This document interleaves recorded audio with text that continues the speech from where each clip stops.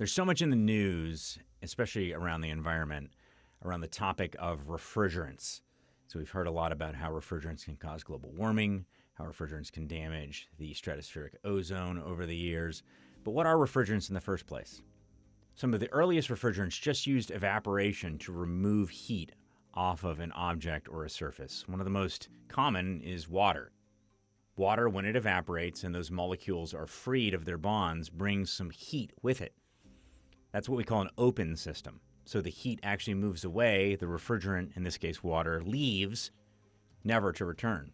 But in order for a refrigeration or air conditioning system to be practical and to be repeatable, we have to create a closed loop system. And this is where modern refrigerants come in. So first, a quick history lesson. Back in 1758, Benjamin Franklin and John Hadley did some experiments on the cooling power of evaporation using ether and alcohol. It doesn't need to be a very complicated experiment to know that if you take rubbing alcohol or isopropyl alcohol, put it on your hands, rub it together, you'll notice that you get a cooling effect. It's basically the same effect that you get with water, but it creates a more intense cooling effect in the case of alcohol and ether because they're more volatile substances with a lower boiling point, meaning that they want to evaporate more easily than water does. In 1823, Michael Faraday, who also did a lot of experiments with electricity, electromagnetism, chemistry, demonstrated a cooling effect by evaporating ammonia and other molecules. In 1834, Jacob Perkins, who's often called the father of the refrigerator, actually created one of the first closed-loop systems that had a refrigerating effect. Now, some of you may say, hey, I thought you said John Gorey was the guy who did that. Well, John Gorey was the first one to do it at low enough temperatures to actually create ice and to create a system that did something practical. And again, he did that in 1842 in an effort to care for his patients. After Perkins and Gorey, we were really off to the races with refrigerants. And some of the first refrigerants that people used were ammonia, which is highly corrosive and highly toxic, still used today, methyl chloride, which is flammable and toxic, and then sulfur dioxide, which is non-flammable but highly toxic and corrosive. So between ammonia, methyl chloride, and sulfur dioxide, we could actually produce a good refrigerating effect, but it was very dangerous for technicians and even occupants of buildings. Now in 1930, Thomas Midgley, who is both famous or infamous, depending on how you look at his contributions to society, invented R12, which was the first refrigerant that we knew as Freon. R12 was stable, non-flammable, and non-toxic.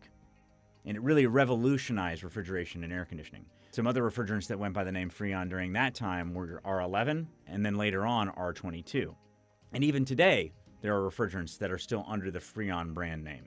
But keep in mind, Freon is really a brand. Freon is not one particular refrigerant. Thomas Midgley was a very talented engineer, and unfortunately he's also known for his work on tetraethyl lead and adding it to gasoline, which was later proven to have significant environmental and health drawbacks.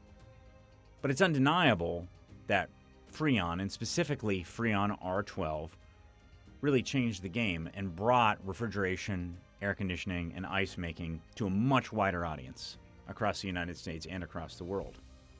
In 1974, it was discovered that chlorofluorocarbons, or CFCs, and hydrofluorocarbons, HCFCs, were depleting the ozone layer, leading to the eventual phase-out of these substances. Nowadays, we talk a lot more about GWP, or global warming potential, and many of these same refrigerants have been studied by scientists and have been shown to have an effect on global warming. Now, quickly, I just want to state that I'm not giving personal opinions here and I'm not making political stances. I'm just giving a history lesson on why things have occurred the way they do.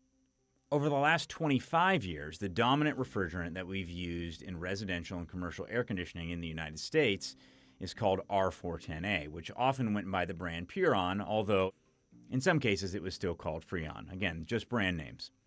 But R410A, because it had a high GWP, is now being phased out. And that's where modern A2L refrigerants come in. These are very mildly flammable molecules. The A2Ls that are going to be used in the United States do not contain propane, or A3 type of refrigerants. But propane, also known as R290, is a highly efficient and an environmentally friendly refrigerant, but it's highly flammable. Ammonia is still used in many cases in cold storage, ice rinks, and the like. It has amazing thermodynamic properties, but as mentioned before, it is toxic and corrosive.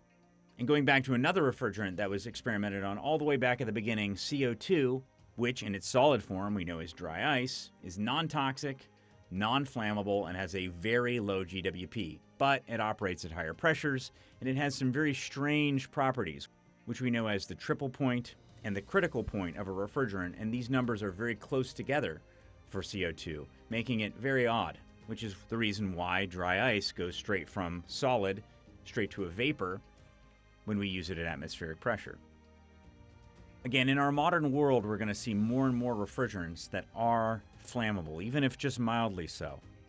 And the reason for this is even though we benefited from the stability of the molecules of those old refrigerants like R12 and R22, because of their stability, they can make it up into the upper stratosphere, which can affect our weather. These modern refrigerants have more unstable, more volatile, and reactive molecules, which means they more readily engage in chemical reactions, generally with oxygen, which increases their flammability. In fact, one of the definitions of flammability is the rapid oxidation of a substance or of matter, meaning that it's highly reactive or highly volatile. So it's a trade-off.